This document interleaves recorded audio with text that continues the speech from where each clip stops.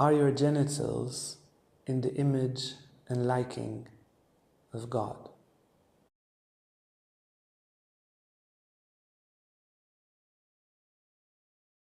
So Genesis 26, God says, let's create man in our image, in our liking. Betzelem in Hebrew. Betzalmenu. Verse 27 of Genesis, it is said that God created man in his image. Male and female, he created them. Yeah, Betzelem Adonai. If he created man in his image, then also the genitals were created in the image of God.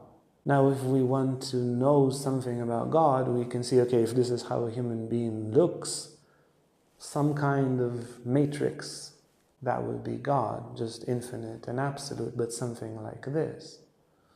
Now, in the Indian scriptures, in the Mahabharata, they say what is here is everywhere, and what is not here is nowhere. Now, these two texts, if you look at the amount of people in the world that believe them, 2.4 billion Christians, 1.9 billion Muslims, 1.2 billion Hindus, there's almost 5 billion people, more than half of the world's population, is based on these fundamental quotes. This is Genesis, and one of the most important quotes of the Mahabharata. All these people that believe this, are they living a life? Is the social world today living a life as if our genitals are made in the image and liking of God? Or is it like, God from here up? The heart like God, right? The head like God, the reason like God. In Aristotle's writings and Plato's writing, we have reason because God has reason, and so forth. And then when it gets down, he says, no, this was probably created by something else. And so we de-sanctify a part of ourselves. We don't let the light shine there. And then indeed, it doesn't rise to that level. Now, also our hearts, they begin, well, very often they are quite selfish. But then through work, we make our heart like the heart of God. As it is in heaven, so on earth, so in me. And our mind can be very agitated with some training. It becomes like this perfectly quiet, lucid, clear mind of God. And what Tantra says, and what Taoism says, what alchemy says, yes, also the genitals. What would your life look like if that would be your belief? I can make this part of my being divine.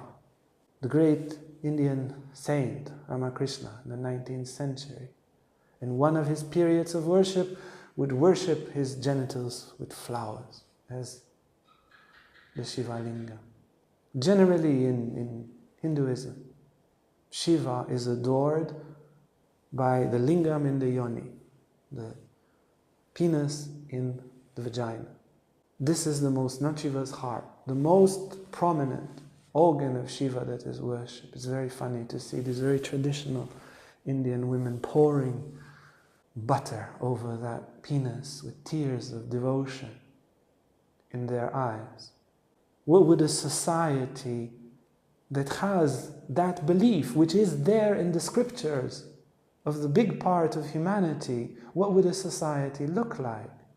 And all these restrictions, and all this guilt, and all this be ashamed that you have genitals, as if it is a code of religion. No, it is the loss of religion. It is the loss of the spirituality, it is the loss of the scriptures. It is not the scriptures. On the contrary, it is the breaking of them.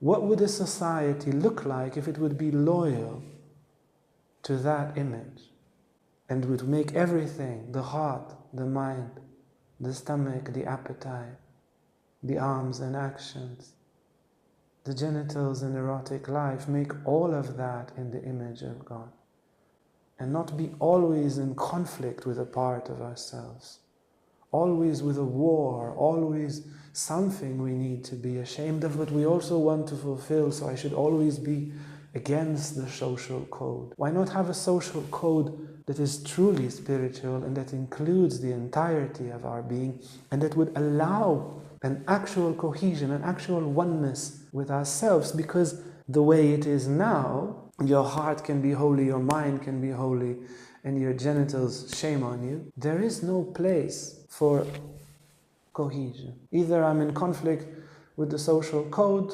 dogmatic religious code, or I'm in conflict with myself. Or I just break free from all of that, because that's also a reaction.